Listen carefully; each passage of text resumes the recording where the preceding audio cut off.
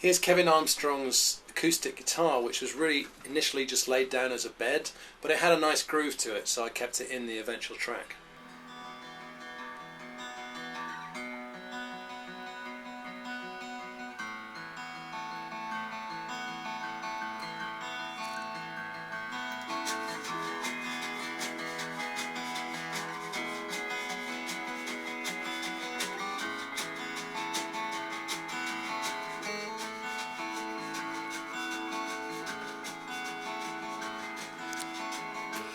We didn't play to a click when we put it down, so the rhythm is quite loose at times.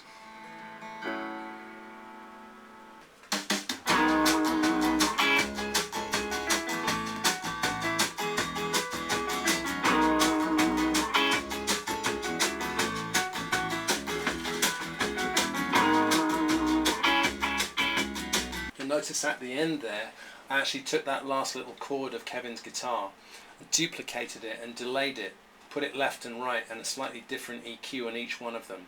So it's a little bit hard to know when you listen to it in context whether what you're hearing is a sound effect or whether what you're hearing is something that Kevin actually played.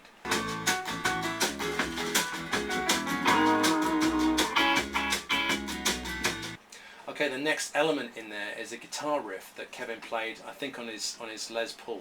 And incidentally, this riff of Kevin's replaces the equivalent that I played on the piano on the guide track.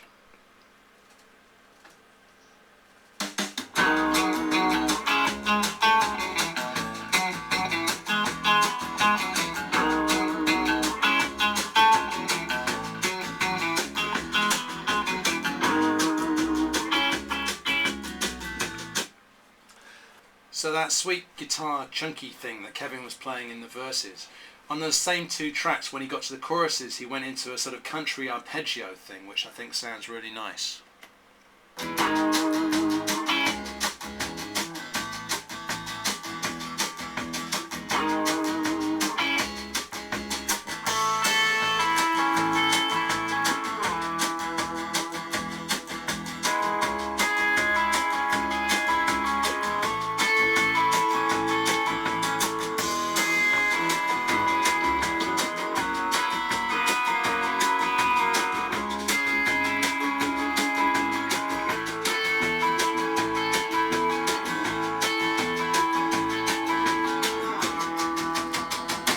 So now let's talk about the horns. If you remember on the backing track I played a little melody da, da, da, da, da, on the piano in between my vocals, and at the time I didn't know what that was going to be. Eventually I thought it might be a synth, but then I came up with the idea of using the Jazz Mafia horns on it, who are the three-piece horn section from San Francisco that toured with me a couple of years back, and we came up with the idea of doing it sort of a la Herb Alpert and the Tijuana Brass. So this is what they sound like.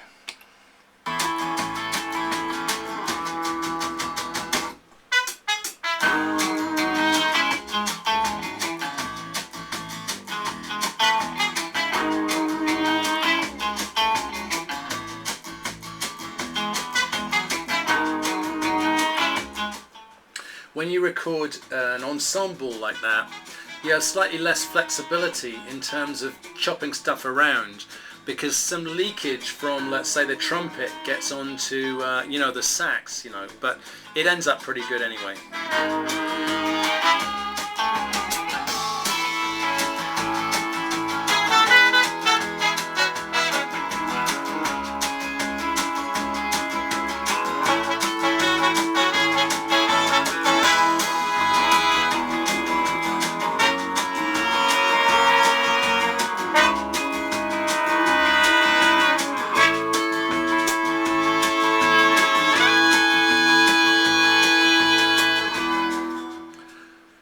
Alright, a good opportunity to talk a little bit about the middle eight of Road to Reno. I wanted a different sort of texture to it, a little bit of variety. It's much dreamier. Lyrically it's quite dark, given what becomes of our hero and heroine. So to start with, we get away from the strummed acoustic guitar, and Kevin goes to just arpeggios on the guitar, which I double up, I think, with a very soft synth pad of some sort.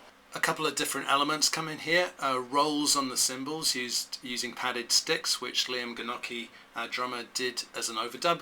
And also Matthew stops playing the fretted bass and instead plays two different fretless basses on his Ibanez. One is just playing the root notes, the basic note of the chord, and the other one is overdubbing a kind of a melody. So put together it sounds like this.